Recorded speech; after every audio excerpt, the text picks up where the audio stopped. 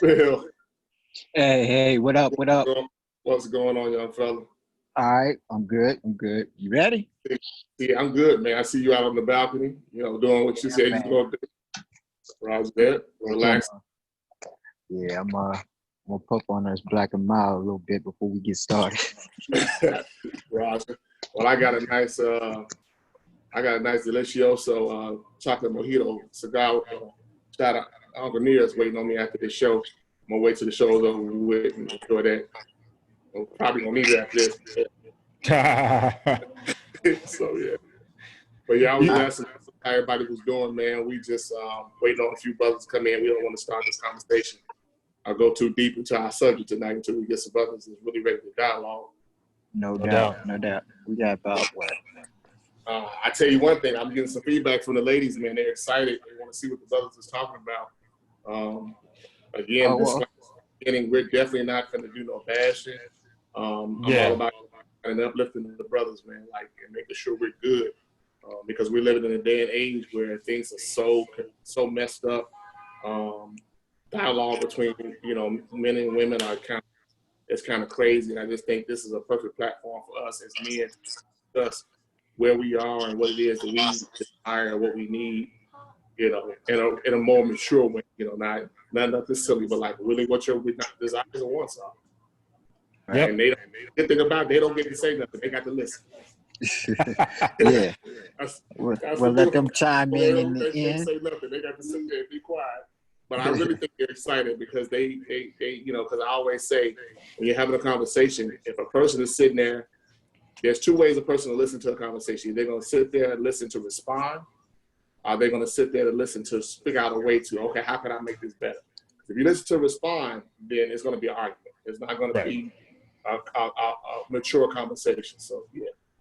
So, Bill, I've been talking, man. Say something, bro. Hey, I'm just I'm lounging. What you got to say is on point, man, because brothers do have a lot to say. We pin up a lot of stuff, and we don't speak our mind because, number one, we normally don't like drama. Dealing with all the drama out in the rest of the world that we got to deal with, the last thing we want to do is deal with drama with our women counterparts, our significant others, girlfriends, whatever you want to call it. So I feel you, man. We have something to say, and I think it's good that we get a chance to open up and go ahead and say it. Don't bite our tongue. Open up and say it, and that's when truth happens. When you stop biting your tongue and holding in what you actually want to say and feel. Excuse me for a second. Let me know when you're ready for me to send the live over to Facebook. Well, I'm a timely man, so at 8 o'clock, here we go. One time for the fun time. Yeah, that's cool. Okay. Are you recording this yep. also? Yep. Okay. Yep. Cool. So go ahead, Bill. You were saying. Yeah, it's time for us to speak up. And since the ladies always want to know the brother's point of view, we have a chance to speak our mind, go ahead and say it. And then afterwards, if they have any questions, we're going to go ahead and open it up without, we're going to put out our disclaimer and say, look, this ain't going to be any men versus women. We're not going to be fighting and arguing with each other and everything. We're just trying to be here with to gain some understanding, because when you understand that which you don't understand, then you can love that which Exactly. Yeah, that's it's so important to understand one another. And I'm thinking about all the things that are going on in the world right now with our young kings being killed and the senseless violence, and we got to get back to the time when our young queens held us down and we held them down, and we really took care of each other, like for real, for real. Like it wasn't, we weren't trying to get anything out of it. Like we really had concern for each other. You know, I'm a 60s baby. I was born in 68, so I'm a little Same seasoned. here. I'm a little seasoned. So I grew up in that era when I seen real Black love and Black power, and how, you know, they took care of each other and, you know, they looked out for each other. So that's what we're going to discuss today. I see some more young kings that walked in the, you know, came in the room, and I appreciate them. And we're live now. Okay, Roger, Right. that's here we go. Bill, go ahead. I'm gonna let you kick it off, and we're gonna go All from right. there.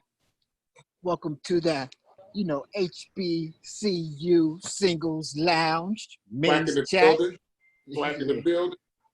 Yeah, back in the building. We got Eugene Roger. Coleman that's co-hosting with me. Myself, Bill Clemens. Y'all know me. I cut up on the site sometime, but it's all love, y'all.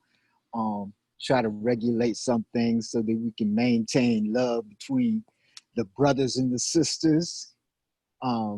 Gain some understanding from each other, and who knows, we might make a connection. But tonight, the brothers are gonna talk tonight. Here All we right. go.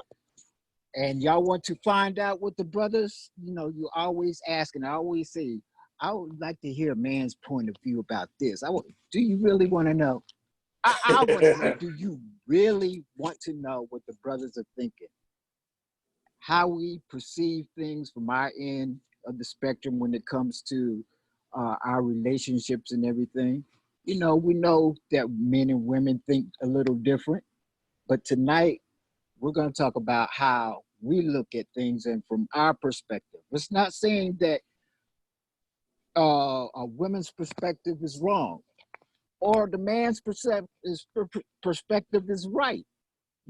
I like to use this analogy. We could be standing on a corner, myself and my wife standing on a corner, maybe 5 feet apart, right? We see a car accident happen, right? But because we're sitting 5 feet apart, we don't see the same thing. Now, I might say to the officer, guy was just trying to make a left, and all of a sudden he lost control and everything, and it was purely an accident. He lost control and ran into the pole. And my wife could say, well, no, Bill, he lost control because he was actually reaching for his phone. I'm like, nah, you're wrong. He wasn't reaching for his phone. But from my perspective, I could not see him reach for his phone. So she's not wrong, and I'm not wrong. We're just looking at the same accident from two different perspectives, right? So I think that a lot of times happens within relationships. We see the same thing, but we're coming at it from two different perspectives. It's not saying that the man is wrong or the woman is wrong. We just have to have enough open-mindedness and understanding to know that we're looking at the same situation from two different perspectives. Anybody want to elaborate, chime in? Let's hear from some of the brothers. So let's tune in and see what they got to say. Well, yeah, I agree. Can y'all hear me? Yes, sir. Yeah. Okay. Yeah. So I completely agree. And I think it's cool that we're kind of having this forum because, I think I've only been on the site like less than a week. But what I've noticed on this site and other sites, where you talk about relationships or, whatever, there does tend to be, there tends to be more of a back and forth, between the men and the women, as opposed to actually listening, right? And so, and some groups I've been in, it's kind of expected because, people are there for the ratchetness and, that's just what it is. But, I've seen, like, for instance, right, I was just reading one of the posts and this brother, he made he put out a valid question, like, what's the best way to reach out to ladies in the group? And I think like a couple of women were kind of shading him, like, dude, like, what are you talking about? But these are valid questions. You know what I'm saying? Like, you know, we want to know, you know, is like, I think the expectation is that, you know, again, this is a singles group and, you know, the men shoot their shot, right? And, you know, the guy wants to really just know, like, how do you do it? So, you know, and I don't want to go off on a tangent, but, you know, I just think it's important to have a forum like this so that we can kind of discuss among ourselves, obviously, you know, with being as respectful as we need to be, or not as we need to be, but just being respectful, period. But also so, you know, the women can get answers to their questions without there being, you know, like this contentious dialogue that, you know, that seems to happen, you know, from time to time. Yeah. We have to stop always wanting to be right. You know, instead of approaching a subject matter with an open mind, saying, all right, how can I look at the same situation from whatever this other person is talking about, from their angle, their point of view? All right, I might not agree with it, all right, but that don't have to be right. We all are taking this journey called life. We all learn things at different speeds. We all have to learn the same lessons over and over again. When somebody might learn their lesson, you know, the first The time when hard they way. mess up, they learn they lesson the first time. Some people are hard-headed and got to learn it 10 times. But you don't have to belittle each other, right? In the form of I have to be right. And since I have to be right, the only way that I see that I'm going to be right in this dialogue that we're having, this contentious dialogue that we're having, is to make you look stupid. Wow. And right there, when you come from that point of view, it goes left. And it ain't gonna get back until we have to shut down the post. And then everybody's like, oh man, why you wouldn't shut down the post? That's messed up. You know, grown folks can't talk, you know, grown folks can't handle their business, or they shouldn't be so, you know, fragile minded or, you know, soft skinned and all that other stuff. Nah, you don't have to be right all the time. Just listen. Just listen. Right. Well, here's a good question that I want to start off with, since we're on that subject. When dealing with relationships, how important is it for you to have dialogue, brothers? Like, I mean, for instance, let's say you have an issue and you've had a bad day and you want to come home and you really want to have a serious dialogue. But, you know, it's like, as much as the ladies like to vent to us, you know, sometimes brothers want to come home and we want to talk about something that happened on the job or something that happened on the way. Like, especially when, with all this, you know, these young brothers getting killed, it's like a lot of people are outraged about that. So, like, how do you come home and, like, how does that look? Explain, how does that look when you come home and try to have that conversation with your significant other, you know, in an attempt to kind of get some type of understanding and really some type of release, because sometimes brothers just want to release and have somebody listen to what they have to say. So chime in, brothers, let's hear what you got to say.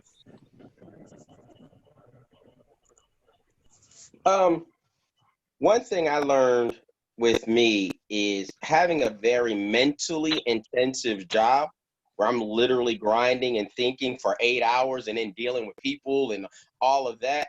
The last thing I want to do is use my mind when I come home. Now, I completely understand what you say, and I totally understand where a woman's need is to connect, especially the man she loves. Like I think I talked about earlier, women love to share. And one of the things they share through dialogue. One of the things myself and friends, male and female, have learned over the years is you guys have to talk about your household and how you're going to deal with coming home. You know, sometimes somebody might need to come home, and it could be both of us. I just need a half an hour and come in and decompress and get the world off my mind. I have a buddy, he comes home and takes a shower. His thought process is he washes the world off of himself. But I think everybody, it's one of those, everybody is different things, but everybody has to come home if they want to not bring the work home with them, they have to come home and get their stuff off themselves. Now, then after that, that's when, again, we have to create our bond time. You know, are we going to have dinner? If you're not, please mute yourself. Trying to do that now. My apologies. Okay. Thank you. Go ahead, Cecil. We have come home and have dinner together. And, you know, we can talk during dinner. We can sit down, maybe just talk on the porch or whatever it is, kind of like date night, but like a mini version. You have to create a area where just the two of you can talk and have that connection and have that bond. But I think it has to be in a way where one person doesn't feel like they're being sideswiped and they're trying to deal with other stuff. And the same for the ladies. A lot of times, guys, we get excited, and that's when we want to talk. You know, something cool happens or whatever. We come home. Oh, babe, guess what happened? I'm a football guy. I met this kid, and he's 6'5", 315 pounds. He gonna be my right tackle. And she's like, dude, my head hurts. Mm-hmm. So we have to be sensitive to one another when the time is to talk and when the time is not to talk. And I think the older people older than me, are teaching me sometimes, so communication comes without words. Y'all got to learn how to be together and hum, like the old folks used to do. Just hold each other for a minute until everybody gets that community. But I think that takes time. That's like, you know, silver anniversary stuff. All right. Anybody else? Come on, brothers, chime in. I mean, I do think that when you talk about communicating with your spouse and significant other, one thing that needs to kind of be understood in the beginning of the relationship is what's expected should be expressed, right? So if you need that time to decompress, come home, shower it off of the world, then talk instead of being bombarded as soon as you get home, or allowing the day of the frustration to be taken off on your significant other, then it's important to talk that out. Communication is key. Also, sometimes I think it's a little subjective to think that it's just women who want to share, because dudes, we want to share stuff too. I know for me and my ex-girlfriend, I was one of those dudes that I got in a relationship and I laid low from a lot of people. You know what I'm saying? Because I wanted my lady to be number one. I wanted to tell her just about everything that I had going on. And because we're supposed to be growing together, right? And so I want her to know, yo, this is what I'm feeling. And even in the beginning, these are my triggers. These are my deal breakers. This is how I operate. How do you operate? You know what I'm saying? Because we get into these relationships and we think that they're supposed to just guess, read my mind. And truth be told, a lot of women or a lot of people allow the history of their last relationships to dictate how they will be treated in the future.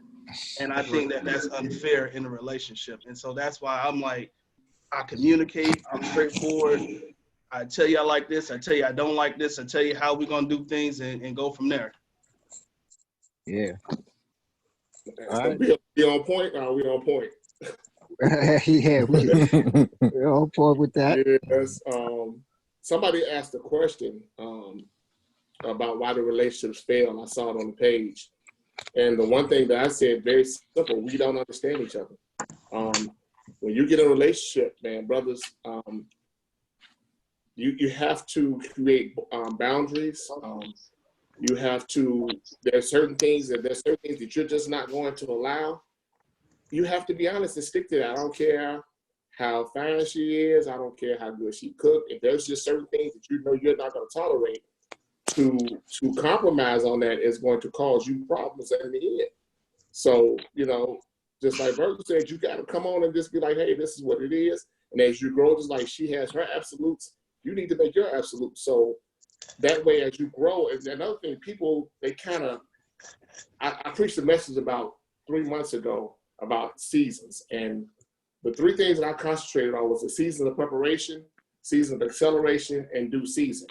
A lot of us, what we do is we deal with seasons of acceleration. We get excited. Oh man, she's fine, everything I wanted, but we don't prepare for her. Or we don't prepare for what we actually asked for. So when we get a glimpse of something that we think, oh, we shoot off. We like, oh, she the one, I'm in there, let's go. And then what end up happening is you'll start compromising yourself. There'll be some things that she'll do, you'll be like, I don't know. You know, and one thing you have to learn, and I need the brothers to hear this word what I'm about to say, brothers. We have to start understanding and recognizing red flags. Red flags are so important. When you're dealing with somebody, like I said, if you have those absolutes and that red flag pops up, it's not a deal breaker, but that's something that you need to pause and say, wait a minute, let's discuss this. So I just want to, since I put that out there, brother, what y'all think about that? Creating boundaries, having a set of absolutes. I mean, let's be honest about our absolutes. Don't be crazy. Like she got to cook short ribs every Sunday. No, just, I mean, like, you know, like I need you to pray for me. I need you to cover me. I need you to have my back. I need you to treat me with respect. Talk to me like, come on, brothers, talk to me about your absolutes and recognizing the red flags. No, I completely agree with you on that. Because, so in my situation, right, I've kind of promised myself that, I won't say promised myself, but I kind of made a soft pact with myself that I wouldn't get into anything serious again until I've kind of defined like what my absolutes are going to be. Because, you know, I was married and with my ex-wife for like 15 years, like total, right? And so, you know, we started dating at when I was 23. You know, at 23, you haven't really in your 20s period, you haven't really kind of defined who you are as a man, and you know what's going to be your absolutes and you know whatever. That usually doesn't come until later, right? And then so what I found is that I probably compromised way too much, you know, during that. Not to say that that was the reason, you know, for the divorce or anything, but you know, when I came out of it, I felt like I compromised a lot of things too much because I hadn't defined my absolutes and what makes me, you know, who I am, right? And, you know, the same thing happened with subsequent relationships after my divorce, right? And so there's a cycle that I kind of noticed where it's like, yeah, you know, you get wrapped up in the pheromones, right? You get wrapped up in the looks, you get wrapped up in all that. But you're not, or at least in my case, I can't speak for the other brothers. I wasn't really checking for the red flag. And I won't say checking, but the red flags will come up, but you know, you blow it off for some reason. It's like, you know what? She does that, but you know, she's young, you know, she'll grow into it. Or, you know, she hadn't really had somebody to kind of treat her like this before. So, you know, maybe she doesn't get it. Or, you know, she hasn't been in a real serious situation, you know, like I have. So maybe there's some things that, you know, she doesn't get. But, you know, in actuality, that, you know, I wouldn't say that those should have been stop points, but they should have been, you know, they should have been points like in the relationship where you're just like, hey, it's not cool. You know what I'm saying? And I think ultimately what ends up happening with that is that it never benefits you, right? It never benefits you because you come out of it at the end of the relationship and you're like, yo, I mean, like I compromised all this stuff and, you know, like, and then she throws it up. Then she throws it up. Well, you wasn't like that in the beginning. Why you now you want to put your foot down now? Right. Exactly. So all that to say, I completely agree with you on the whole, you know, defining yourself, understanding what your absolutes are. And, you know, everybody's going to have red flags. Nobody's going to, you know, your perfect woman ain't going to come in a perfect package. Right. No, sir. You know, so, you know, understand like, you know, what you will and won't tolerate. Like everybody's going to have red flags. That's just what it is, especially at our age. You know, everybody's got baggage, but, you know, just kind of understand like, you know, what's a red flag and what's like, you know, kind of like a DEFCON 3. Like, nah, man. Let's say what somebody else. Go ahead. I'm sorry. Go ahead. I'm done. I'm sorry. For me, hey brothers, it's coming up RUSF Foundation, but my name is Lyndon Rome, fairly new to the site, graduate of Virginia State University. I'm definitely co-signing on what you said. You really have to make, kind of like make known what your non-negotiables are. For me, I'm 52, been divorced 7 years this August. When I meet ladies, I let them know I'm a dedicated father. So anything with my boys will trump anything going on for you at any given time, period. And I'm a very straight talker. I'm nice when I say it, but if you don't like my bottom line, don't cross it. So here we go. With that being said, sometimes, kind of, looking at male-female interactions, and I was definitely, listening to the brothers in terms of, coming in and sharing how bad your day was. Me personally, I haven't had any luck with that because, and I'll be honest with the brothers on the line, I'm in federal law enforcement, so my day is stressful as it is.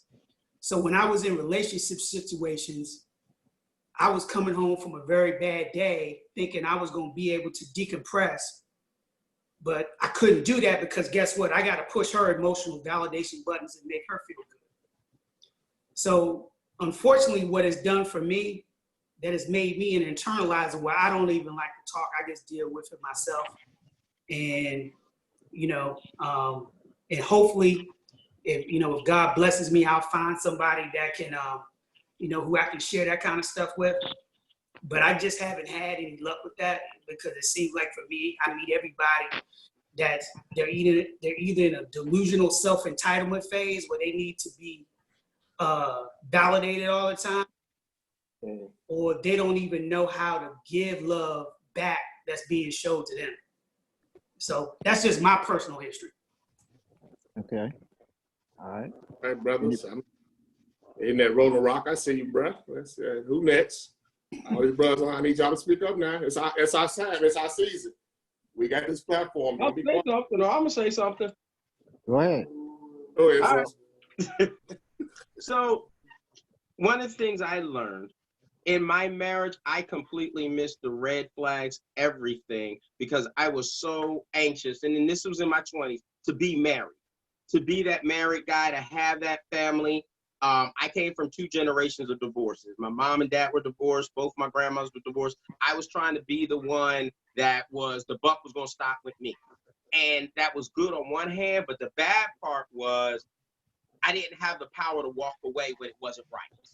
And I'm going to say my ex-wife, good person, but she wasn't for me and I wasn't for her. We're completely different on a lot of areas. And during the dating process, what it should have been the time where one of us should have said, you know what, we're better off friends. But we wanted to push in and force the marriage, square peg in a round hole, and marriage don't make it better. Nah. It exposes a lot. So my lesson I learned with there is you got to know when to say no. Now, in my dating process, met a woman, fabulous woman. Everything was great about her. She had alcohol problem. And when we met, she talked about it. She shared it. She said she overcame it and all was great. We were progressing forward. But I started picking up on some things, and this is not to put her down, but there's some things she did with her kids that I was like, God forbid we had a kid and we broke up, she'd be doing these same things with my kid. And I just didn't, that was just me. Those were my things I didn't vibe with. Now, another brother might have been perfectly fine. I say that to say, you got to find out what is good for you and what is not good for you. Because a lot of things, on one hand, is not awful. Like you tell another person, they might not think it's that bad. Now, on the flip side, get back to that alcoholism. You know, we decided to break up. We went our different ways. We still remain friends, in contact. Started reaching out again, started talking again. Oh, by the way, I just want to let you know I drink a little bit. Okay, I'm like, what's a little bit? Because I smell it. Without going into a bunch of details, long story short, oh, I got COVID. COVID. Oh my God, let me rush over there. Let me see how you doing. And then the next day, this ain't right. What's going on? Led me to the bedroom. Nothing happened. I'm like, what's going on? Okay, I didn't come over here for that. I'm going back home. Called her mom, kept a good relationship with her mom. Hey, what's going on with so-and-so? How's she doing? And she ain't got COVID. She got alcohol. I was like, What you okay. going over there for when she got COVID for? I'm the type of guy, look, man, I have a very strong will against sickness and disease. I don't put that on anybody else. But my thought was, she wasn't feeling well. She's by herself. She had a lot going on. There were kids there. Somebody need to come to look out after the kids.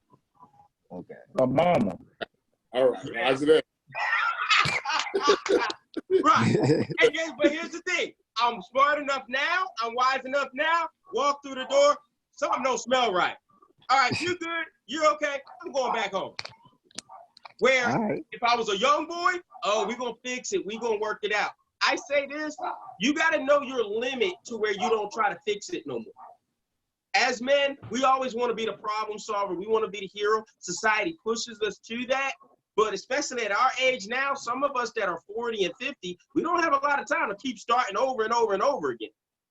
And we need to be honest and upfront. Look, man, at this point, I want this relationship to be my last relationship.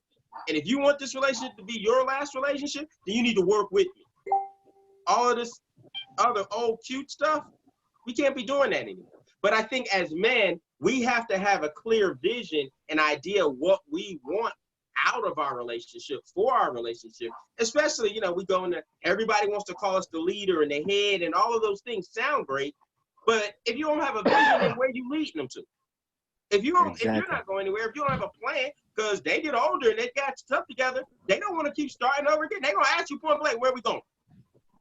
And you can't be stuck in the job. Well, let's just see where the ocean takes us. No, I ain't want to hear that.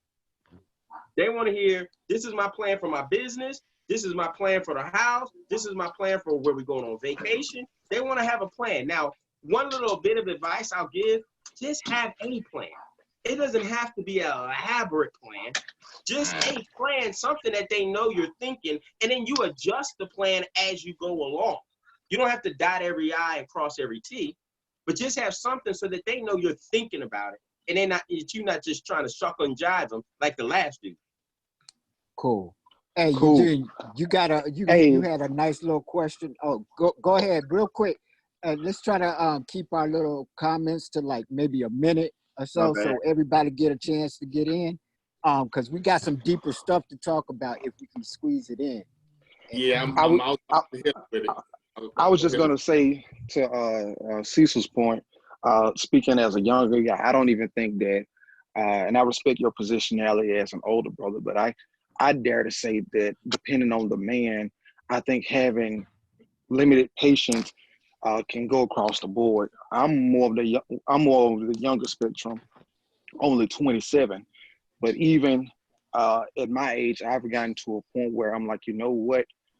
We need to go ahead and establish some standards now, because I don't want to be the guy that gets 50 plus 2 or 3 marriages down the road and realize I've had enough. I'm pushing to set a standard even in my youthful days, so I don't become that old guy with all these regrets or resentment, and I'm not meaning any harm by that. The point is, I think there's no harm in setting standards and boundaries regardless of whatever age or stage you are in life. If you feel that certain things are not going to be able to work, you need to be able to name them as soon as you can.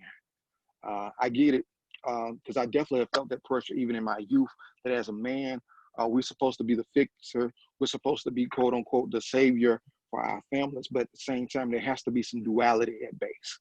If we're going to be the strength and shield for our families, then we should also hold our mates, our partners, our wives, however we classify them, accountable as well. You got to be able to meet me halfway on this now. I mean, let's not get caught up in the fairy tale, because this is not Cinderella anymore. That season has passed. We have to be able to lay down the boundaries from the beginning, whether we're 52 or 32, and say, yo, this is my expectation. I'm only trying to do this once. And that's coming from someone who's single, never been married, but only trying to do the marriage thing once. That's all I got to say about that. Okay, whoever has the dog, please mute. Listen, I want to say go something ahead. real quick. Yeah. Let me say something real fast. So the brothers that are single, hear me and hear me well. What you don't fix in your single life will be exposed when you get married. Yes. Hear me, hear me, hear me. What you don't fix in your single life will will be exposed when you get married. I want you to mull over that. Then going back to expectations and the things that we expect, until you've actually gone through some things, one of the brothers was saying that, you know, as they got older, when they were younger, they just wanted to rush to get married, you know, the ideal family, the way everybody wants to do the family thing, that's cool. But until you actually been through something, you really won't know what your limits are. You really won't know what your absolutes are. So you actually have to go through some things. So I'm gonna tie this question in. We probably won't deal with it tonight, but I'm gonna touch on this. Brothers, and I want us to be honest. How many of us on this phone, on this call, can say that we've actually healed from our last relationship? Can I start? Here we go. Here we go. So Try to keep it to a minute, man. I won't need a minute. I took Okay. I took the time to heal. I reconciled every mistake that was made in my previous relationship, and now I'm whole. So I meet a lot of women that say, I want to come into your life and complete you. I don't need a woman to come into my life to complete me because I'm already whole. Tell me how you're going to come into my life and make me double than what I already am. I'll leave it at that. This is good. Roger that. Next. I actually want to speak on that. Dre, I went to the University of Maryland, Eastern Shore, and I'm part of the youthful side as well. As far as healing from my last relationship, I think it's really hard too, because just as men, we just hold a lot and we don't share enough. So we just tend to let everything build up. So healing all we doing is we just stacking layers because we don't know how to process things. Or when we process things, people on the receiving end may not understand, so we tend not to say anything. So, you know, just healing from a past relationship, I know I had it. So I think my question is, can you really fully heal from a past relationship? And the reason being that is, I'll use me for an example. My ex-girlfriend and I, we were off and on for 4 years, about to marry her, and within 4 months was going to propose at her Delta anniversary. And something in my spirit just said, no, she's not ready. And I saw the red flags and everything. And so for me, it was embarrassing to back out of it, but I got out of trying to propose to her. And then secondly, we got into a real nasty argument, and she wrote me a letter, and I had to pray about it heavily, right? And I wrote her a letter back just saying, hey, I apologize, accept your apology. Let this be the last correspondence between both of us, all right? So for me, it's like now I have to make a mess of my mind just to try to address the issues at hand so I won't take it into the next relationship, but it will be in the back of my mind. And so I don't know if we can say we fully healed or if we've just accepted that me and her aren't compatible and now it's just time to move forward and make the next relationship better. Yeah, and I Good kind of point. want to, I want to. Let Gareth get in because he raised his hand. Oh, my Thank bad. Okay. My bad. All right, Gareth. Yeah, Garth, Washington Shaw University, class of '93. What's up, everybody? Salute. Sometimes you just got to move forward and just pray it out. You know, you're going to have some situations and some circumstances that you're going to be mad. And, you know, it's always like you got to just leave the past in the past and keep moving on. But that's hard. You know, like G.I. Joe say, knowing is half the battle. So you just got to pray it out, keep it moving, and we're only human. You know, we're gonna feel. You know, we're a feeling creature. You know, we have compassion and things like that. So just hope everybody who in a situation trying to move on, just pray it out and move forward. All right, who's actually gone to therapy? Men. We talking about men. Us proud men that don't need help with nobody or nothing. Who's gone to therapy? Let's talk about that real quick. I have. Bill, if I could get in for a second. Even that whole therapy piece is vital, especially when you have been on the wrong side of a relationship, because normally we hear about women being on the wrong side, But even as men, we can go through toxic relationships, so much so that it's going to take a little more than prayer and alcohol to fix. And I think it takes humility as a man to be able to say, you know what, I need to step away from normal means of comfort and sit down with a professional and work some of this stuff out, which takes a lot. Because as men, we're used to being strong, and it's not known of us to normally have to get to that extreme. But believe it or not, when you have found yourself running up against the wrong somebody who can leave a scarring impact on you, it'll push you to that limit. And so I say, even as a young man who has gone into therapy, please. Appreciate I it. was gonna say that even as a young man who has taking that step to get professional help at the expense of a bad relationship, it definitely takes some humility on your end. You definitely got to be willing to put your ego on the shelf and be able to name, because you can't heal from what you want to address. Say that again, sir. You just can't. We can sweep it under the rug, we can smoke it out, we can drink it out, but until you've gotten on somebody's couch, you won't be able to really grow and progress from that thing. And I can speak from my experience. I would like to speak. Well, go ahead, sir. Go ahead, bro. Oh, you can go ahead. I can go next. Okay, well, here's what I want to tie into what the younger brother just said. I appreciate that. Making a decision to go to therapy was not easy for me, because I am a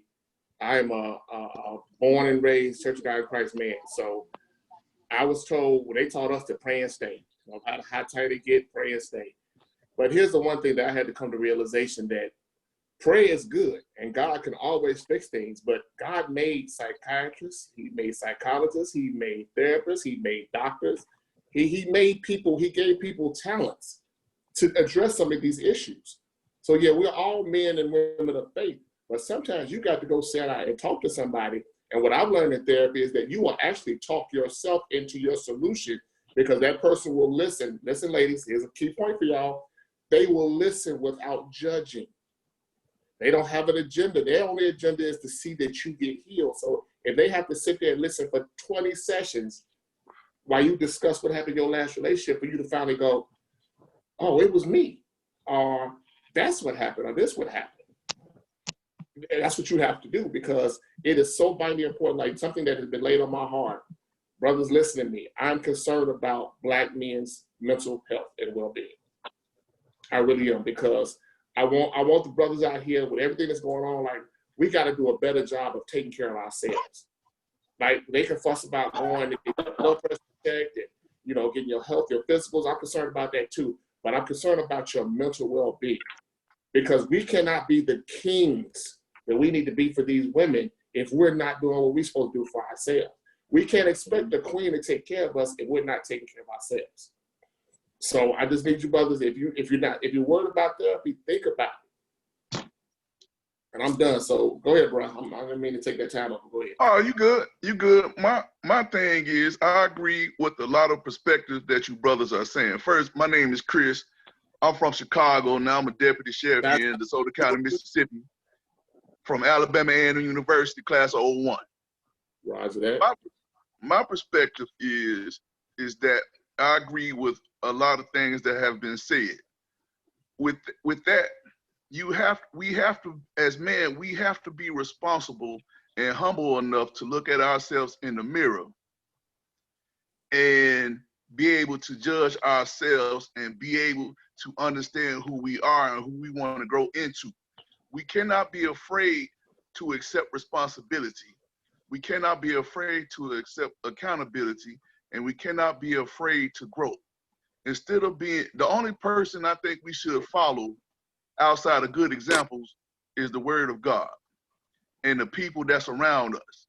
And the good Lord says he's going to help us, but he's going to help who helps themselves help him better ourselves. And so with that, having a mental capacity to grow is very much needed, because without mental toughness, without being mentally healthy, we cannot grow for ourselves, and we definitely cannot grow for our relationships or marriages. We have to understand what life is all about, and understand what we need to help us be the person we are. Instead of having people in our corner saying yes to this and yes to this and yes to this, you should have people in your corner who's going to be responsible enough to tell you how it really is as you look at yourself and understand who you are. And I think with that, in respect to who you are, and continue to have faith and prayer, then that way, by the time we get into a relationship and by the time we get on one knee and propose to that woman, we'll be ready for every aspect of that relationship as it evolves. Because relationships continue to change, marriages continue to grow and change, but we have to want to grow and change along with that. Because I've been down that road to where I had a toxic relationship and I dated a fellow officer and things went awry, and I ended up having to put an order of protection up against her because of situations that was going on. And I told myself, I thought I would never get involved in something like that, but it did. And it took me a while to learn from that and to grow from that and to gain trust. And that's because of the good Lord and myself getting in the mirror let me know that what I had to change and how I had to go about doing things and being who I am as a man and not trying to be who somebody else is as a man. So that's my perspective on it. That's it. I got something really quick. Go ahead. I'm like my brother. I'm very big on hearing God and seeking God and all of that. One thing I learned is the voice of God can sound like the voice of your counselor. You know, like you said, God put people in this world to do certain things. And it's not always coming directly from you. It can come from somebody else. And I think those who spend a lot of time in church need to overcome that mindset and open up and allow God to use other people. Doesn't make you less of a believer for that. I went to counseling a few years ago because of some things, and me and my ex had been divorced since 2002. And like my man said, you will talk yourself out of some situation. So give yourself the opportunity to do that so that you can get that stuff out, because like my man said, we'll layer that stuff and we won't even know it. It'll be subconscious and you'll think you're over it. You'll think you're healed from it until you get in a situation that puts his finger on it. So love yourself enough, just like we go to the medical doctor and the dentist, go to that mental doctor too. Don't think you're less of a man for doing that. Oh no, having the mental capacity and believing yourself and going to counseling is a big part of growth. And people have to be able to understand that we cannot be afraid to grow. We cannot be afraid to challenge ourselves to get better. And we don't know it all. We don't. I mean, as macho as you think you are and you think you want to be, we don't know it all. Somebody out there knows better. Just like you may be an expertise in whatever situation or skill or area that you are in, and you can help somebody else, whatever your craft is, whatever your skill is, you can help somebody else because that's your specialty, right? Somebody can do the same for you. So we have to stop ego tripping, y'all. And that should lead us right into, segue into our next part. Come on, y'all. You brothers got some egos out here that the women ain't feeling, and we're hurting ourselves over it. I mean, one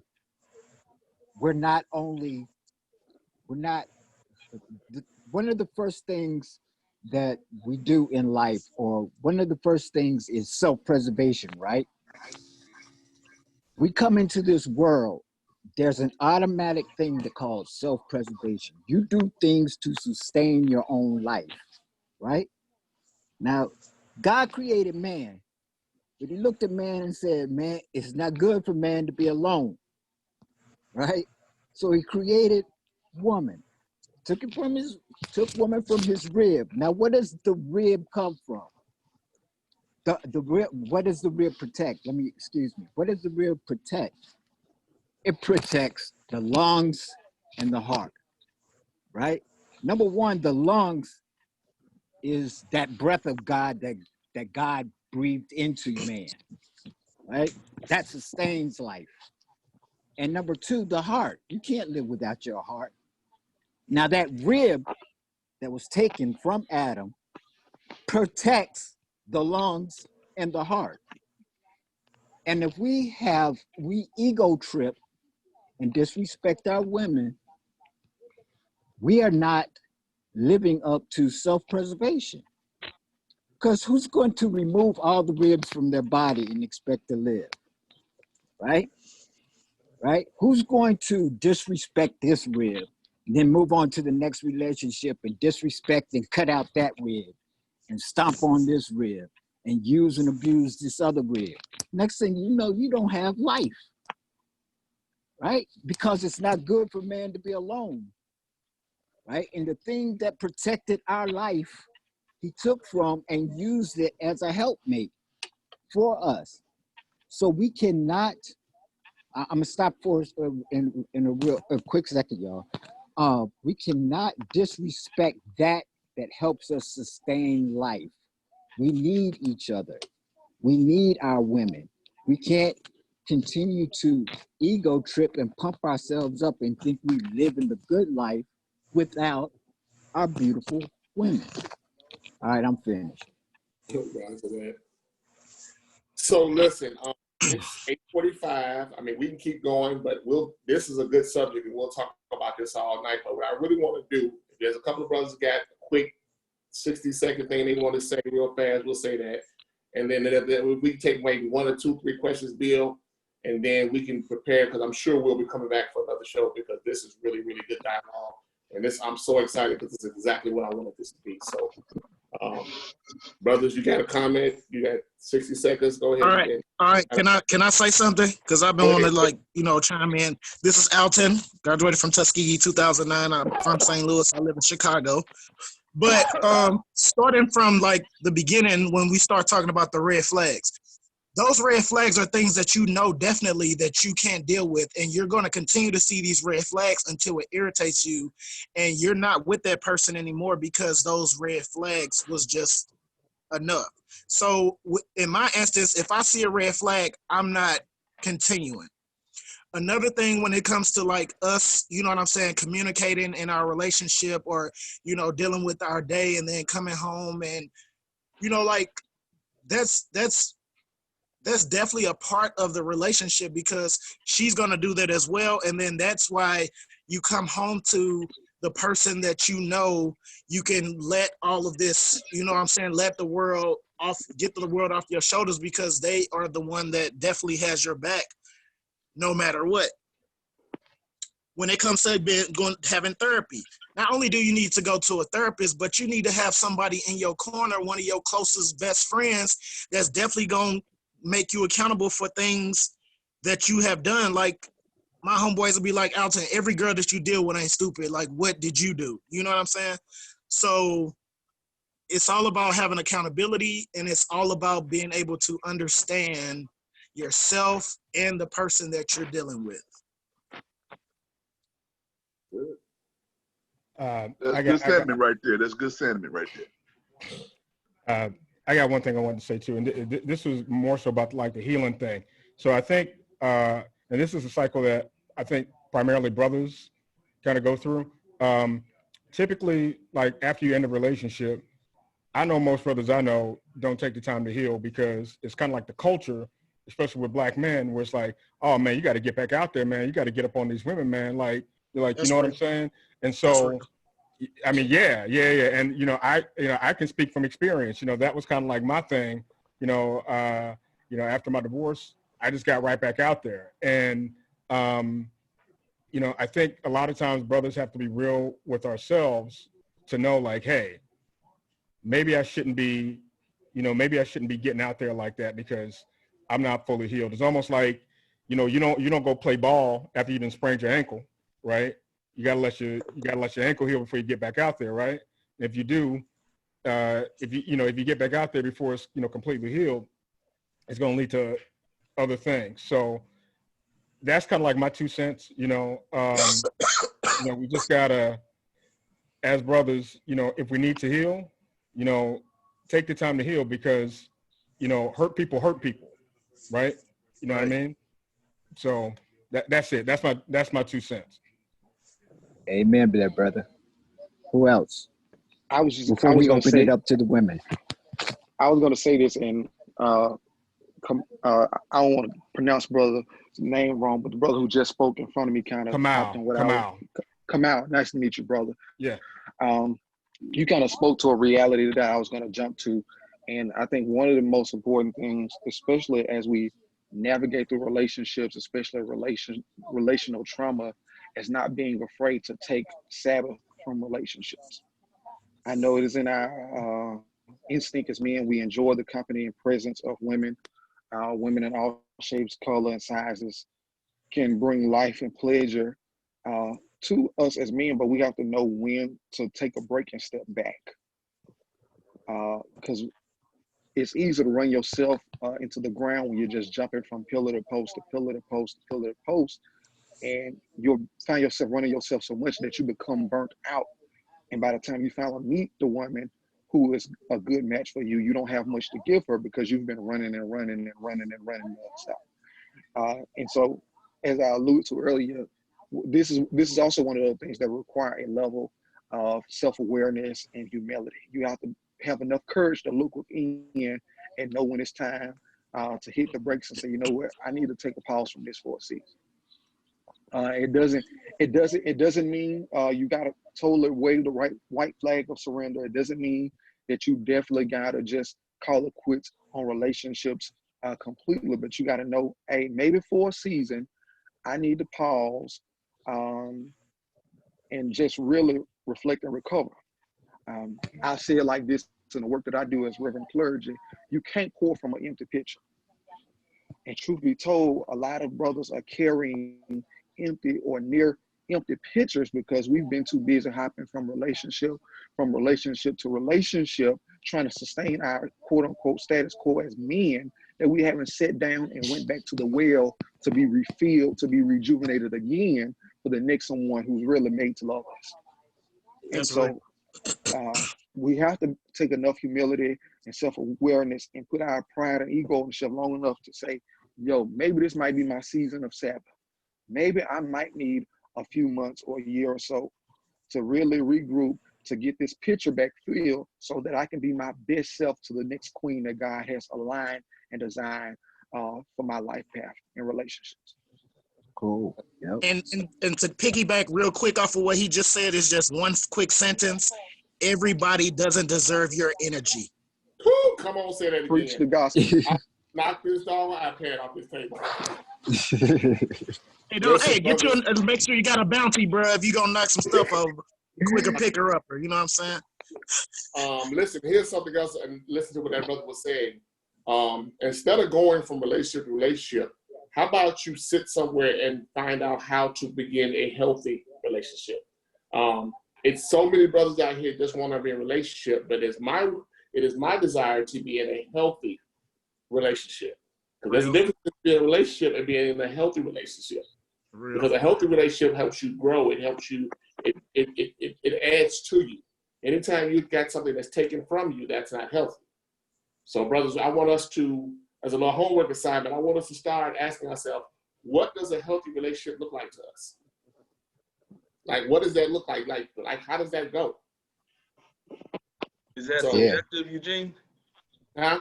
Is that like a subjective, is there a common objective in that, or is it's like what does a healthy relationship? Because if you're healed, like the brother said, he's healed, he went through everything he needed to do, he's good, he's whole. So now that you're whole, what does healthy look like to you?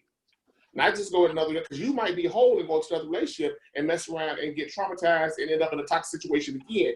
But if you're recognizing, if you got your absolutes and you're recognizing those red flags, what does healthy look to you? How does that look? I think that healthy, in my viewpoint, from my perspective, I think healthy is to continue on the voyage that you have carried while you heal. And if you carry everything that you gain while you heal, then that perpetuates you to continue to grow within yourself and the relationship or marriage that the good Lord is going to bless you in. You can't stop. You shouldn't stop success, you know what I'm saying, and how you grow. You have to continue on that path and continue to evolve. That's just like this is like trying to win a championship. You won that championship and you say to yourself, oh man, I got a championship. I don't have to do anything anymore. I don't have to continue to get better. I don't have to continue to grow. That's just like life. You can be successful at one thing. Now it's time to go after something else because you have to stay hungry. And so as a man with the good Lord by your side and continue getting the word and continue to build for yourself and look in the mirror, you have to be able to say to yourself, what's the next challenge? How can I get better? How can I get better? If we don't challenge ourselves as men on a daily basis, then what are we doing?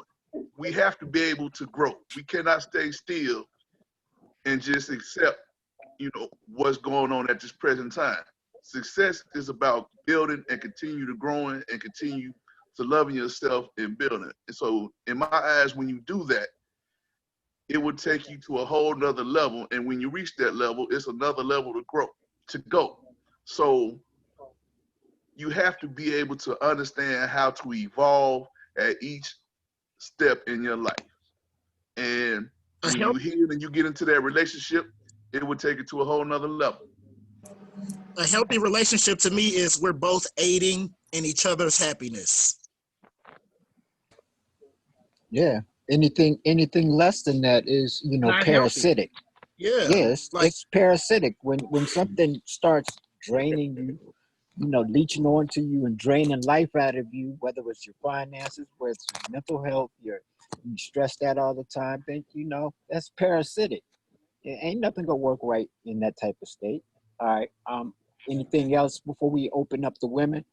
I'm pretty sure they got questions. Go ahead. I kind of want to jump into one of the questions that I see. It says, what is something you desire from your partner that you believe is lacking in a relationship? And I think that's pretty much what was the whole subject of tonight was, that some people listen to understand and some people listen to respond. So I think one thing that I've seen that has really been lacking is the lack of understanding. Usually when you get into a conversation, 9 out of 10, based on the tone and the body movements and everything else, you're not paying attention so much to what they're saying. You become defensive. So you're not understanding. You're listening to respond to defend yourself versus sitting down and really trying to look at life in their shoes. And it kind of reminds me of a domestic violence program that we used to do when I was in school, which was walk a mile in her shoes. And you just look at it from a different perspective. And if both sides were to do that, I think there would be a lot more healthy relationships out there, because I can't tell you what it's like to live a life as a woman, and you can't tell me what it's like to live life as a man, let alone my life. You wouldn't understand it. You only know what I try to tell you. And when you listen to respond, you're not listening to see my perspective. So. Yeah. And to also piggyback off what you said, bro, sometimes, like me, I'm a very passionate person. So when I'm speaking, sometimes my words come off so passionate that the other person begins to listen to the way I'm delivering my message instead of what my message is really being said. Well, I've had that problem because I get passionate about things sometimes, and my mom used to always tell me, Bill, what you're saying is right. It's not what It's your delivery. It's how you're saying it. Yep. So you may be very passionate about whatever you're saying, but if it's coming off aggressive, if it's coming off a little strong or ugly or whatever, she's not going to receive that, because now she's already, she's got her defense mechanisms up, right? And now she's already got a comeback in her head about the way your body language is, what your body language is communicating to her. She forgot what your mouth is saying, right? She's watching your body language, and you coming off rough and aggressive and all that other stuff. Now she don't trust you. Now she don't feel safe around you.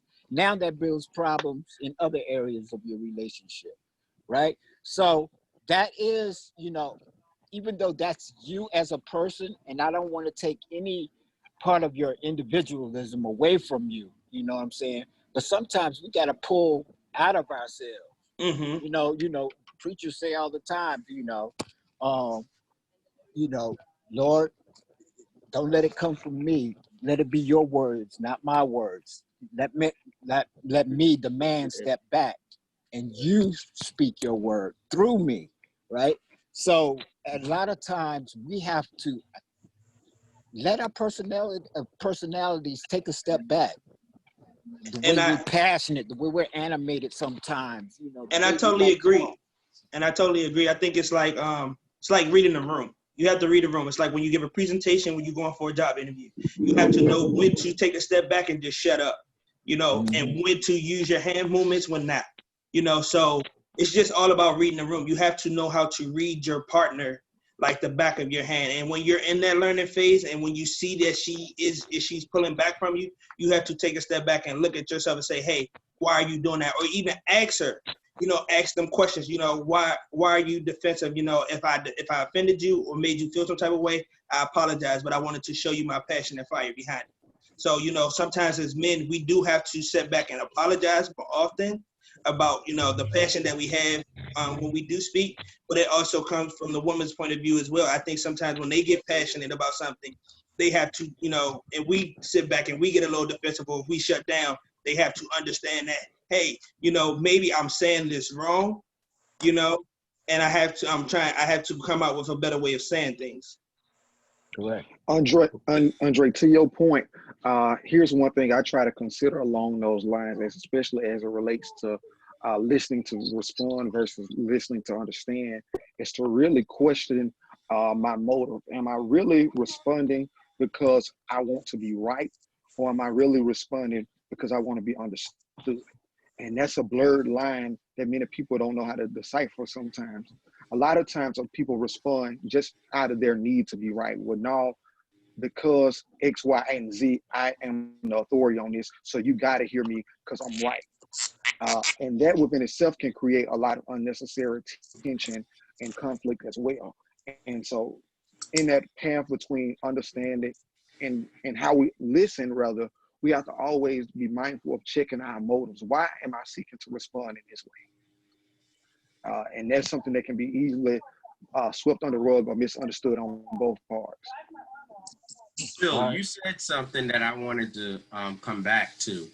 We have to learn how to allow the Lord to be the mediator between the two of us, because we're all growing and developing, and we're learning people who are continuing to grow and develop. As much as we do communicate, there's some things that nobody can truly really share about themselves. And so we have to learn to say, Lord, help me understand them. Help me to be able to validate their feelings, communicate understanding, and offer a workable solution. And sometimes we can't do it in our own natural minds. We need that mediator between the two of us to help bridge that gap. Yep. I agree. That's when counseling go. You know, that's when you should go to counseling together. Sometimes, you know, right? You both have to humble yourselves. No doubt.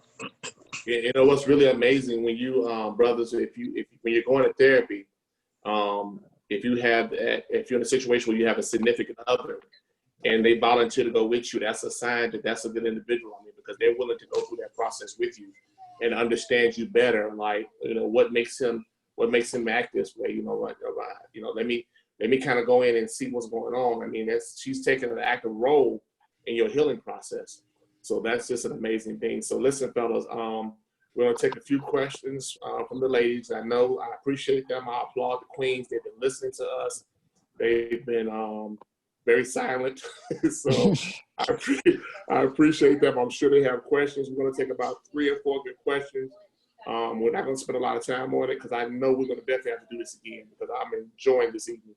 So I just want to applaud the brothers who spoke, the brothers who listened in. Applaud the queens that are here listening to us. So let's get some couple of questions and we'll call it a night. So go ahead, raise your hand, ladies, so that we can open up your mic. Oh Lord Jesus. Oh boy. They scared to say something now? There's some questions in the comments. Yeah, I just saw a question. There was a question saying, why not heal before you get to the woman? So let me put this out here like this. Let me answer it like this. I I was in a situation where I was not looking for anything. I was not. I was minding my own business, doing me, going through my healing time. And I met a young lady that was absolutely amazing, amazing young lady. And I did not pursue her, but somehow we ended up pursuing one another and began to grow began to grow and develop a relationship. I'm going to be transparent. The mistake that I made was I tried to be Superman. And what I mean by that is the issues that I had, I kept from her. My biggest thing was making sure she was good. I'm old school. I'm pulling it out. I'm opening doors. If I take you out, I'm paying for everything. Like, I'm a gentleman. Like, I'm bonded with children. Like, I'm real gentleman-like. But when a woman is really interested in you, brothers, hear me and hear me well. You can't hide your scars from her. She's going to see them. And if you hide your scars from her, you know what she's going to feel? Like you don't trust her. And if you don't trust her, then you're not going to be honest with her.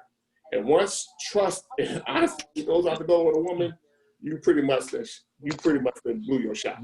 You're done. You're done. You're done. So the young lady said, sometimes, like, we're in our healing process and somebody might come in our life and we're really not trying to go there, but just spending time and corresponding with each other, it develops into a relationship, and you're still in your healing process, and maybe they've already done their work, and they look back, and then if you're not honest with them, then it's like you end up losing, because even though you're healing on your own, you're trying to, I call it Superman complex, because behind doors, I'm Clark Kent. But in her eyes, I'm Superman. I got my S on my chest because I'm trying to make her think I'm strong. But the reality is I'm not.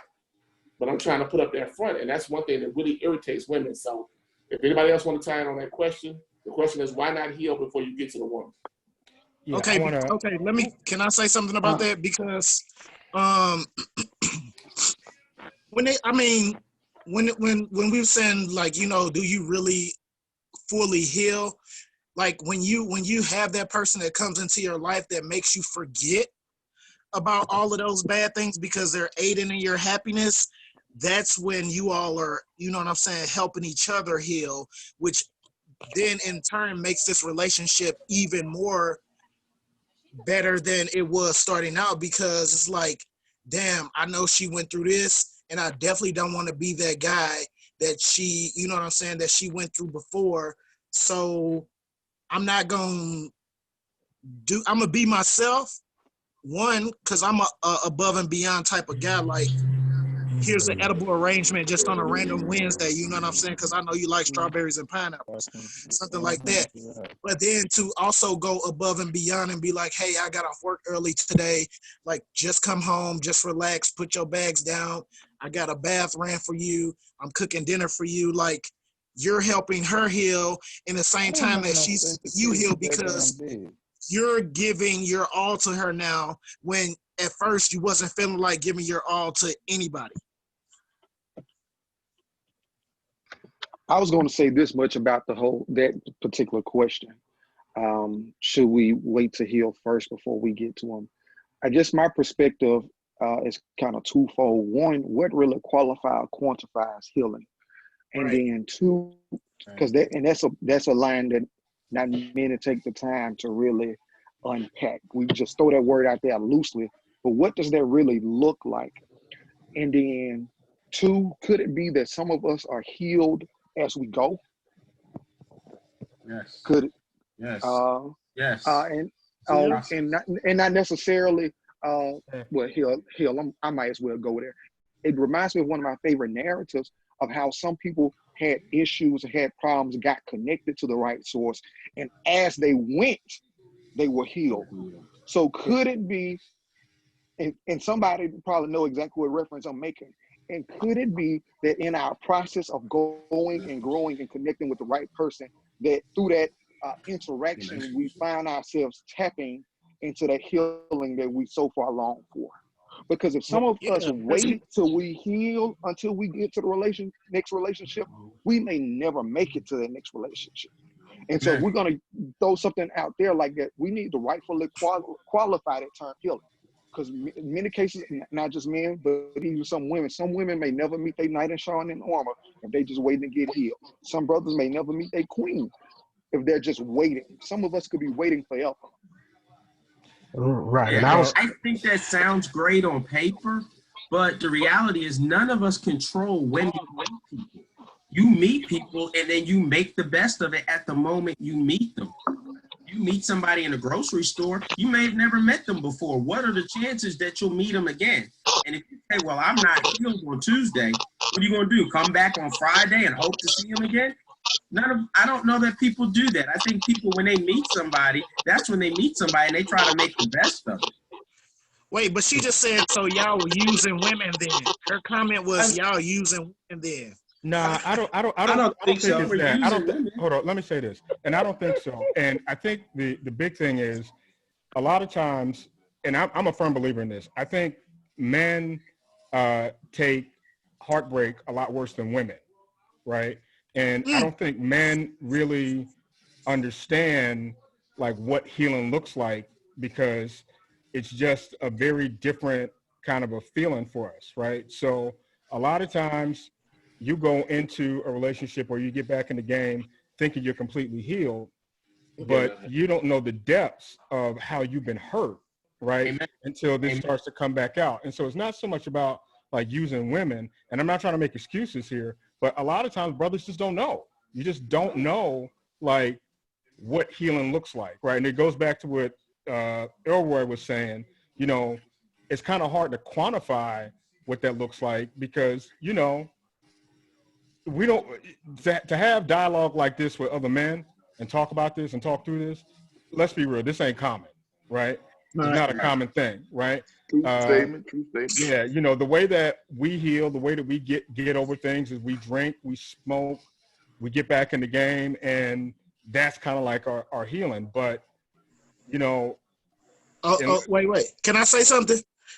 Yeah, I'll say this. Yeah. I'll say this. We never really, we don't heal when we drinking, when we smoking, when we pray to God and all of that.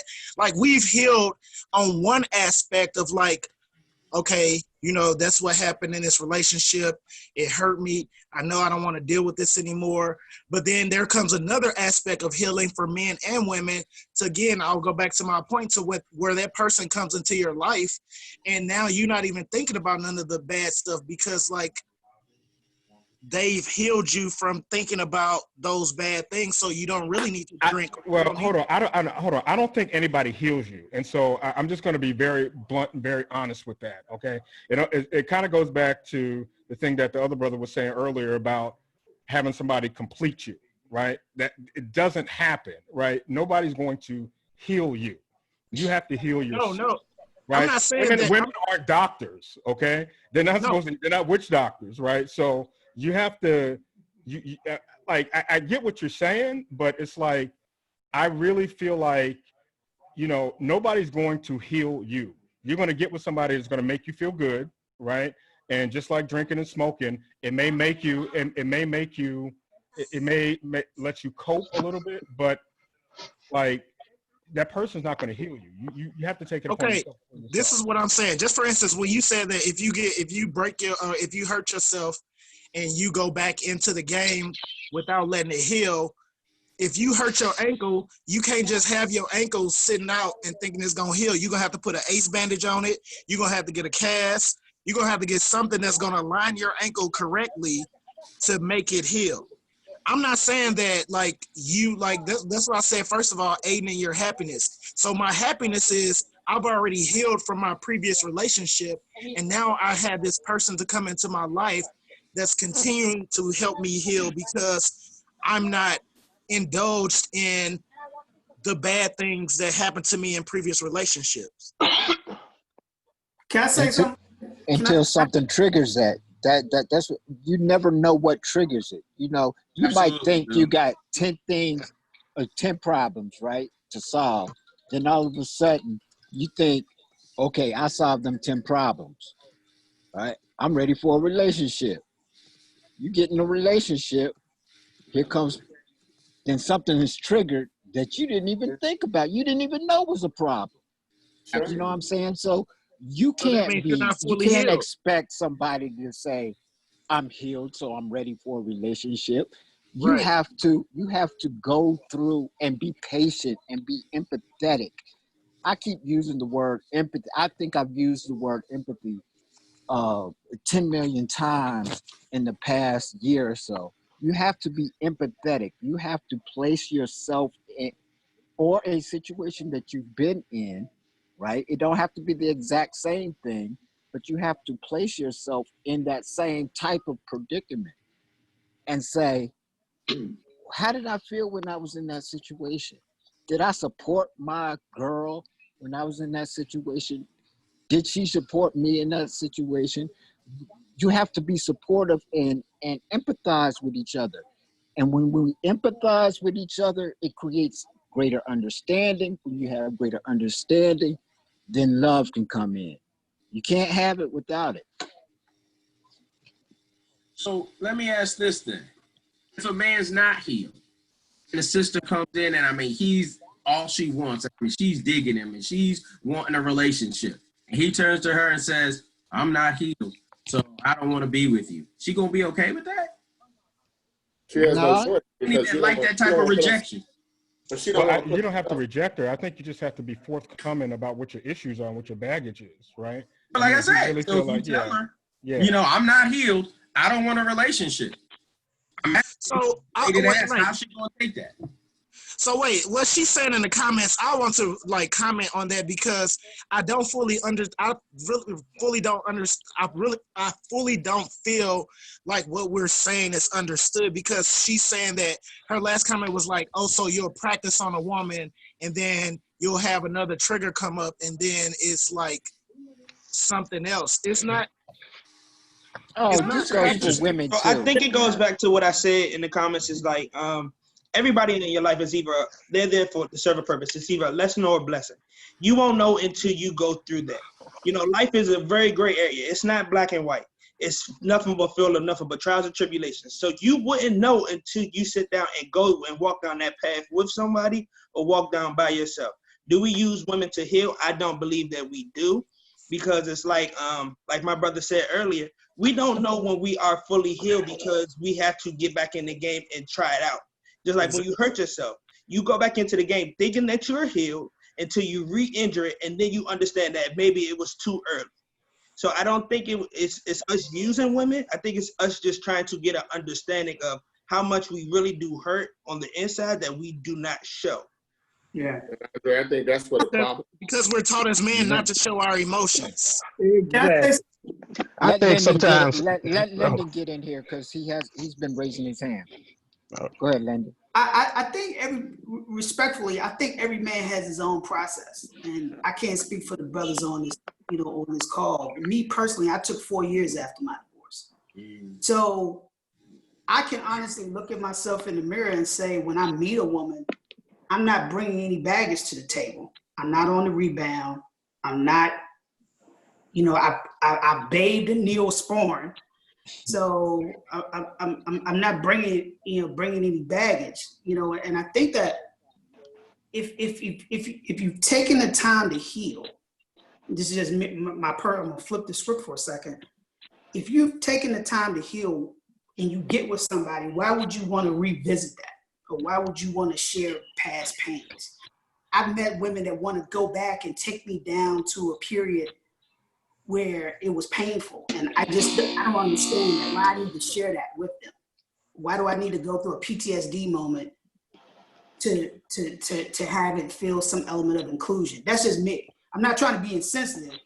I'm just saying I know what fuels me, and having me go down a painful avenue that I feel I'm 100% healed from does not benefit me. I have an unpopular opinion about what you just said. And I got to be careful how I frame this because I don't want it to sound male chauvinistic. But I think sometimes when women try to get us to go back through those dark roads, so to speak, that we thought we were healed from, and I've seen it in some cases where some women will use that as a means to kind of see how they can control us in the future. So you got to be careful as to what doors you open because especially going into new relationships, one thing I had to learn on the rebound of a very traumatic relationship is that you don't owe anyone an explanation too soon. And if you have healed from something and you feel like you've moved past from it, you have the bodily autonomy to say, you know what, this is a conversation I feel like I do not owe you. You have to be man enough. Sorry, excuse me. Can we had other women with other questions, and we kind of been on this one for a while. Okay. Yeah, let's move on. Thank you. I just wanted to state that little piece about that. As men, we have to be careful to safeguard some of that stuff, especially if we consider ourselves healed and moved on from that. What's your question, Wendy? Someone had a question about if when you first meet a young lady is, I just want to be friends, and what does a friendship look like to somebody you're trying to get to know? That was a question in the comments. And that was from Whitney. Which? Say that one more time. I missed it. She said that she said, I hear men say a lot that they want to be friends first, which that should be the goal. However, the word friend is often misused or can be misinterpreted when you're trying to get to know someone. Personally, what does friendship look like with a woman you're interested in getting to know? Well, personally, I think that when you're dealing with friendships, it's when you, especially if you're trying to deal with somebody with the opposite sex as friendships, that's something that you all set together. That's something, the standard that you both will basically state what it is that you're looking for and the possibilities of what may come from it. So if I'm saying, hey, I just want to be friends with you, and you say, okay, I want to be friends too, and we never set a boundary or a guideline to what that friendship means, then we both will be just sitting there looking at each other. I might grow and start having feelings for you, and you might be in a situation where, well, I'm cool where I'm at. So to me, it's the communication part in that you just basically have to discuss it. What do friendship look like for us, instead of just me saying, hey, I want a friend and you want a friend. And we say, well, okay, we both want the same thing. Let's do it. You have to But she basically says it's a friendship. She says it's a friendship with someone you're trying to get to know. So in that instance of like, you have different friends, like you have, friends that you go kick it with. You have friends that you have different conversations with. If this is a young lady that I'm trying to get to know, and I'll be like, okay, I want to be friends first, that means that, shit, let's go to Six Flags. I do that with my friends. Let's go out to eat or something. I do that with my friends. Like, let me get to know you as a friend first to see if I want to be in a relationship with you. And what I'm doing as I'm doing this with you, if I'm interested in you in that sense of everything, I'm not giving anybody else any of that energy that I'm giving you, because I want to see where this friendship may lead to. But that should be addressed in the beginning, though. Again, yeah, because she said it's a friendship. I mean, she did. She said it's somebody that you want to get to know. No, but what I'm saying is the communication should be like, you guys, we have to define what friendship is in the beginning, right? See, look, she's saying we lying. She's saying you lying in the comments. What's expected hasn't been expressed, right?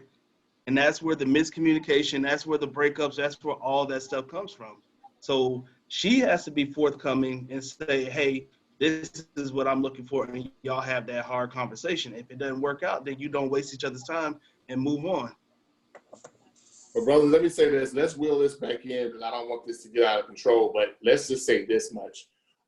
There's a thing called boundaries. And when you're in a friendship, you have to set boundaries, and you have to stick to them. And see, what happens sometimes is that and let's be honest, both parties might say one thing, but then you participate in activities that put you in another space. And then you wonder, like, how did we get here? Because we said friendship, but you did things that were outside the realm of friendship. And now you look at each other like, we skipped some steps.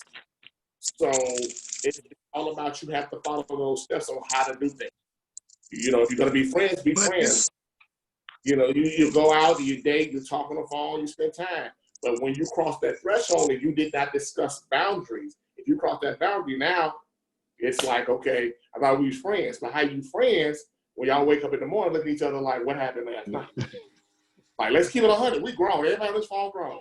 And then now, oh God, I'm finna get in trouble for this. Now you try to backtrack and go back to being friends when you done crossed that line. You can't do that. Yep.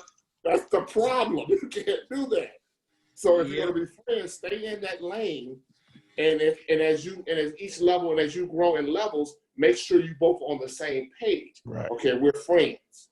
We're friends that are dating. We're friends that are trying to be intentional. So there's levels to this thing, but a lot of people are skipping them levels. See, so if you're gonna so what you gotta do, brother, stay in your lane and stick to it. I don't care what it is, stick to your lane. If you're friends, and see, that's why some of y'all be getting mad because you get friend zone, because you on one page, she on another page. But at the end of the day, if you practice boundaries and stick to your boundaries, you won't have that problem. Now, I don't know about y'all. I ain't got nowhere to go in the morning, so we can stay on the phone all night for all I can. And I'm on the West Coast, so it's 7:30 for me, so I can keep going. You want to wrap this up? I mean, the dialogue is amazing. We're definitely coming back for this, so, you know. Oh, yeah. What say you be? Is there something important that we missed as far as questions from the ladies are concerned? Right, exactly. Ladies, what say ye? Do you want to speak to us? Are you scared? Oh, don't do that, bro. Don't do that. Bro, that's the wrong one. Where did I?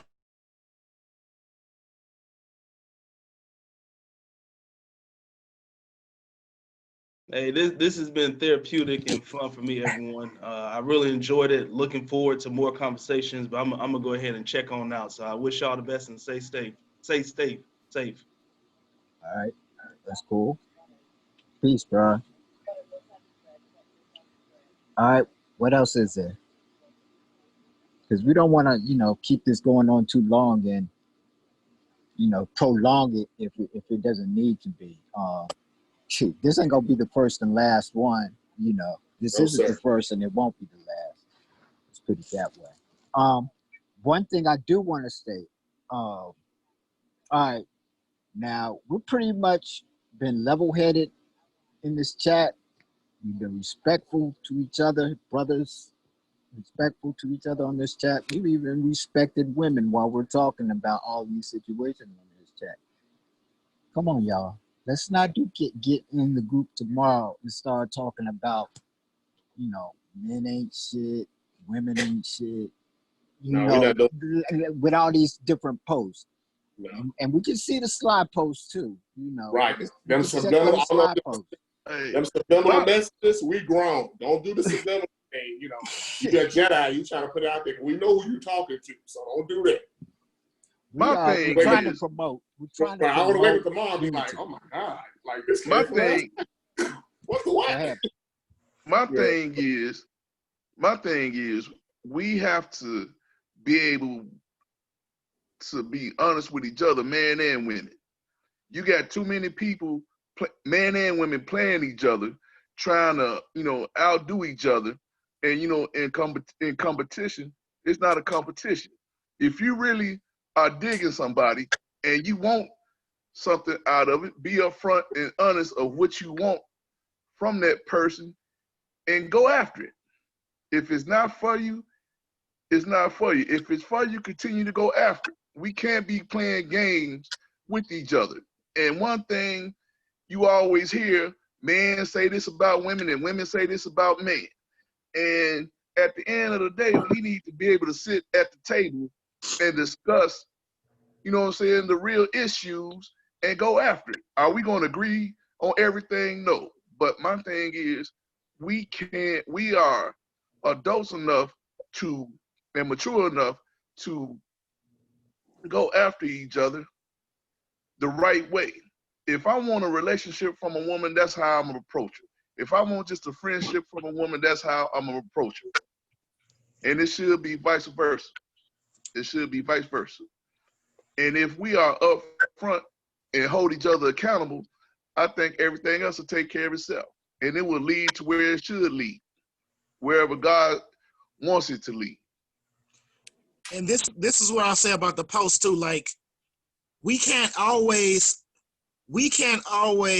take somebody's post and make it about us. Because that's when people start getting defensive and saying like, oh, well, I'm not like this or I'm not like that. Well, if you're not like this or you're not like that, then why are you getting upset about this post that I made about a situation that happened in my life?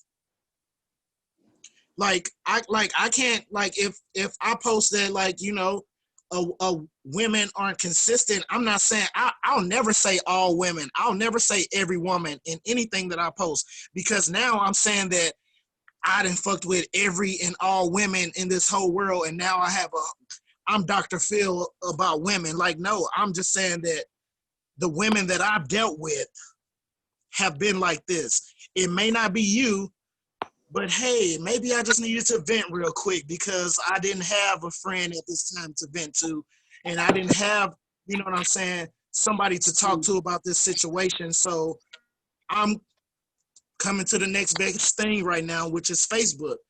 I'm not saying that it's you. I'm just saying that this is the person that I just recently dealt with.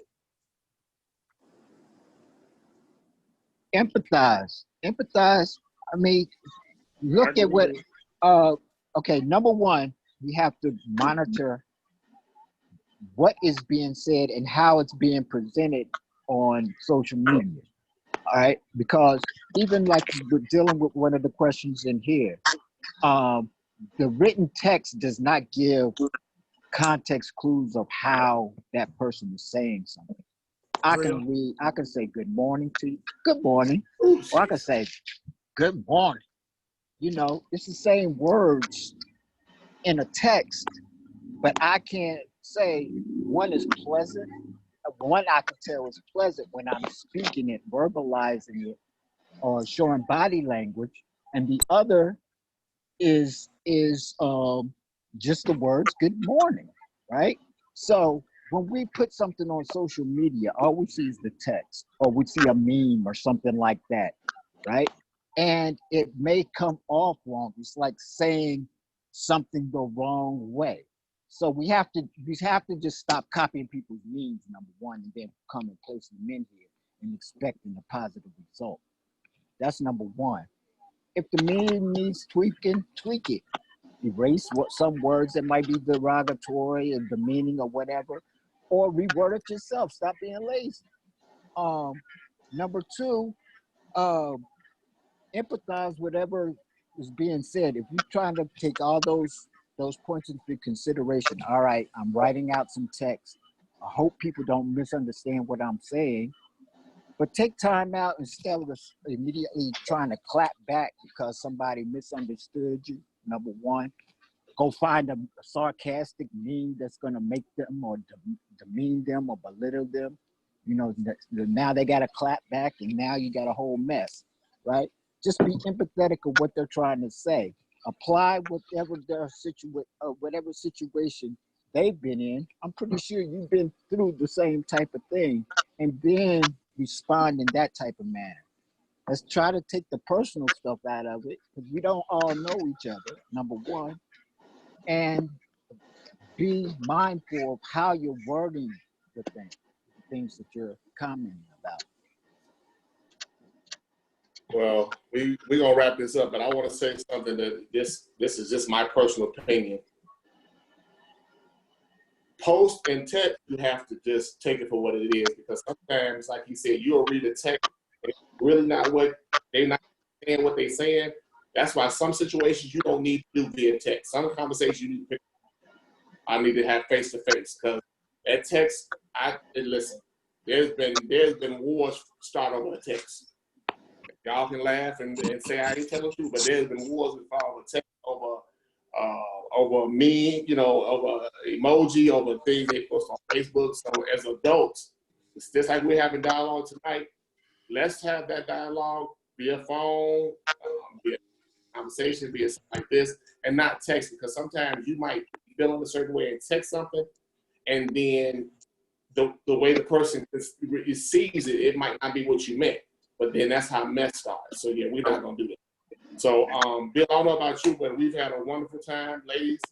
I appreciate your participation. I hope you guys can kind of see where the brothers are right now.